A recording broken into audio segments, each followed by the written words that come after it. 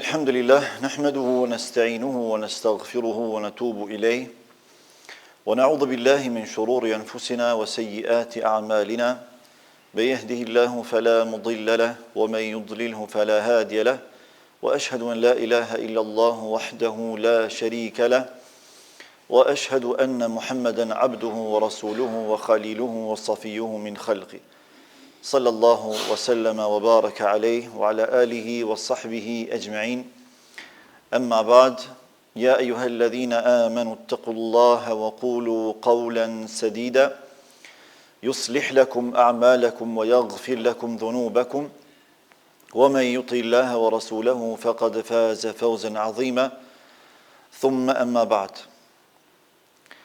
vetëm Allahun e adhurojmë, vetëm atë falenderojmë dhe vetëm prej tij ndihmë dhe falje kërkojmë. Salavatet, selamet dhe përshëndetjet më të përzemërta dhe më të sinqerta çdo herë dhe pa ndërprerje, më të dashurit të Zotit ja dërgojmë. Muhammedit alayhi salatu wassalam, familjes së tij, shokëve të tij dhe gjithë pasuesve të traditës së tij, deri në ditën kur nuk do të ekzistojë më kjo gjësi. Zoti i Madhërisëm në Kur'anin famadh urdhëron e thot: O ju besimtar, tregoni dhe dëshmoni frikë respekt meritor ndaj Zotit tuaj, dhe mos flisni vetëm se atë e cila është e drejtë, e qelluar dhe e vërtetë. Nëse ju e bëni një gjë të tillë, Allahu do a përmirësoj juve veprat tuaja, do a fal juve mëkatet tuaja. Kush e pason Allahun dhe të dërguarin e tij, do të përfundojë si triumfues madhështor.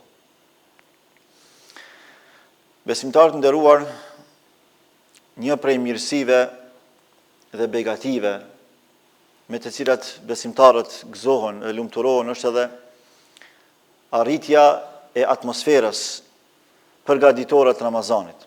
Konkretisht, arritja e muajit Shaban, muajit para muajit Ramazan.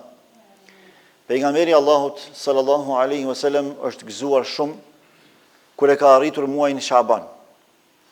Dhe e ka dalluar atë më shumë se sa çdo muaj tjetër pas muajit Ramazan. Muaji Shaban është muaji i fundit për nga aspekti i kalendarit vjetor shpirtëror. Pra, përmes muajit Ramazan fillon viti i ri shpirtëror. Në një farë forme Ramazani është piknisja vjetore. E muaji Shaban është muaji që e mbyll komplet vitin e besimtarit. Gjitha veprat eventuale që i ka vepru, do t'i dorëzohen Allahut subhanahu wa taala. Pra regjistrat e veprave tona i dorëzohen Allahut pikërisht muajin Shaban, muajin që gjendemi ne fatmirësisht. Prandaj kur e ka pyetur sahabiu i nderuar Usame ibn Zeid radhiyallahu anhu pejgamberin Allahut dhe se me çfarë duhet ta pres këtë muaj dhe çfarë duhet bëja në këtë muaj, ai fillimisht ka treguar për vlerën e këtij muaji dhe ka thonë: "Dhalika shahrun yaghfulu an-nasu anhu bayna Rajab wa Ramadan." Ky është muaji të cilin njerëzit e neglizhojnë dhe i cili është mes muajit Rajab dhe Ramazan. Që do të thotë, ajo që t'jep mirësi, begati dhe vlerë nuk është fama, është vepra. Prandaj ne jemi të mirë njohur për vlerën e Ramazanit. Pra e dim mirë filli vlerën e muajit Ramazan, por shumë pak dim për muajin Shaban. Edhe praktikisht shumë pak veprojmë muajin Shaban. Ndërkaq muaji Shaban është muaji përgatitor për hyrjen në Ramazan. Është muaji që e kërkon atë angazhimin ton maksimal në fund garës. A e keni pa në fund garës dush me dhon maksimumin, jo mu dorëzu, jo mu plagështu. Edhe në fundin e kësaj gare vjetore, e që është Shabani, na do të me dhon maksimumin e mundshëm me veprat tona. Pse? Sepse pejgamberi Allahut po thot alayhi salatu wassalam: "Wa huwa shahrun turfa'u fihi al-a'mal ila rabbil alamin, fa uhibbu an yurfa 'amali wa ana sa'im." Dhe për arsye se ky muaj, pra muaji Shaban është muaji në të cilin ngriten veprat tona tek Allahu, pra regjistrat e veprave tona vjetore, që i kanë shënuar me laqet e Allahut subhanahu wa taala, i dorëzojnë veprat tona tek Allahu pikërisht në këtë muaj. Dhe unë dëshiroj që kur të ngritet vepra ime, të jem agjërueshëm.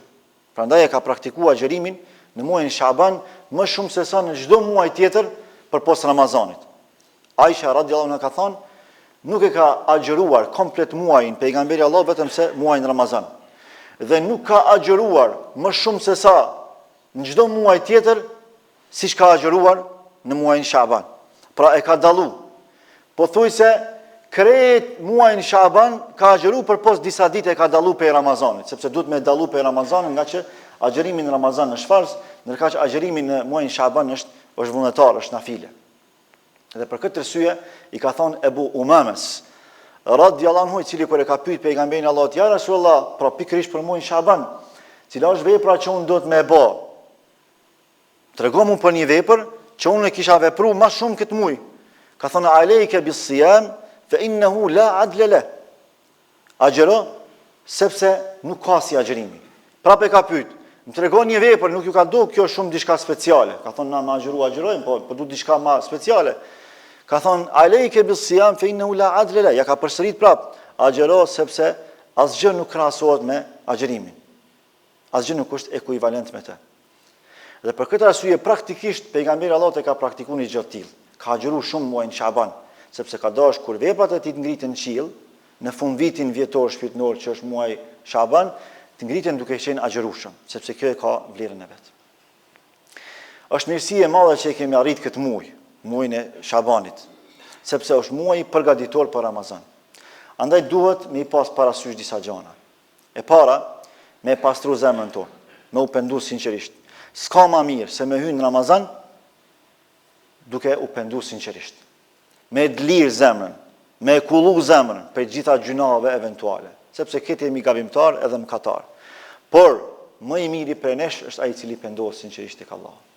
Dhe nuk ka mundësi na me e shpërla veten tonë, zemrën tonë, me dlirësu atë më mirë se sa me pendim sinqert. Me thonë astaghfirullah wa atubu ilej. Kërkoj falje tek Allah dhe pendohem tek ai sinqerisht. Kështu ka vepruar më i miri, më i dashni Allahut. Edhe pse ka qenë i mbrojtur prej gabimeve. Edhe pse ka qenë pejgamberi Allahut. Edhe pse ka qenë i përgëzuar me xhenet nga jeta e kësaj bote. Prap 70 deri 100 herë në ditë ka thonë astaghfirullah wa atubu ilej. Ka kërkuar falje tek Allahu dhe është penduar sinqerisht. Për me na mësu neve.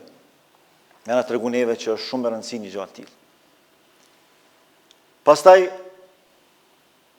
me pastru zemrën edhe në raport me njerëzit.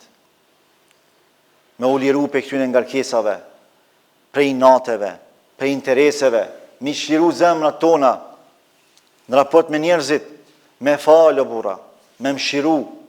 Nuk falesh nëse nuk fal, nuk mshirohesh nëse nuk mshiron. Si dëshirojmë në Allah me na fal, me na mshiru, ku na jemi në gjendje me fal dikon edhe me mshiru në jetën e kësaj bote.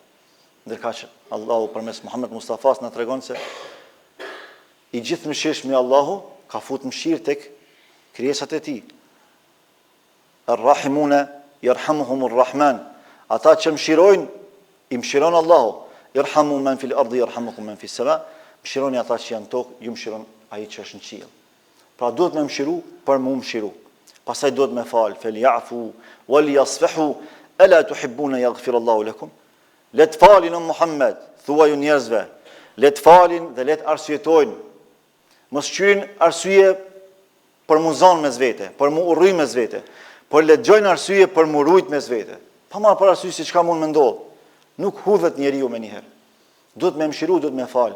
A nuk dëshironi që Allah juve me ju fal? E kush për nesh nuk është i nevojshëm me na fal Allahu në ditë gjykimit. Pa dhon nuk merr. Pa dhon falje nuk merr falje. Pa dhon mëshirë nuk merr mëshirë.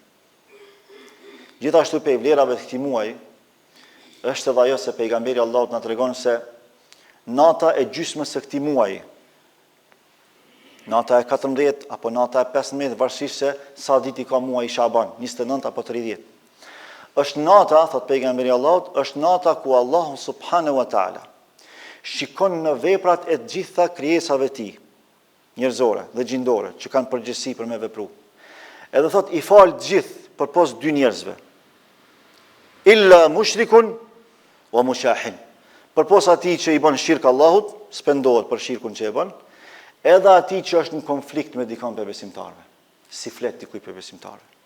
Këtyne njerëzve Allahu nuk u fal, derisa ata nuk pendohen prej shirkut ose nuk pajtohen mes vete.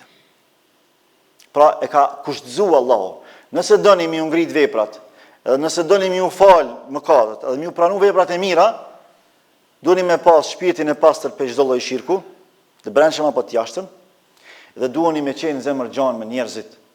Nëse jemi për atyre që kemi hatër mbetje, nuk flasim me dikën.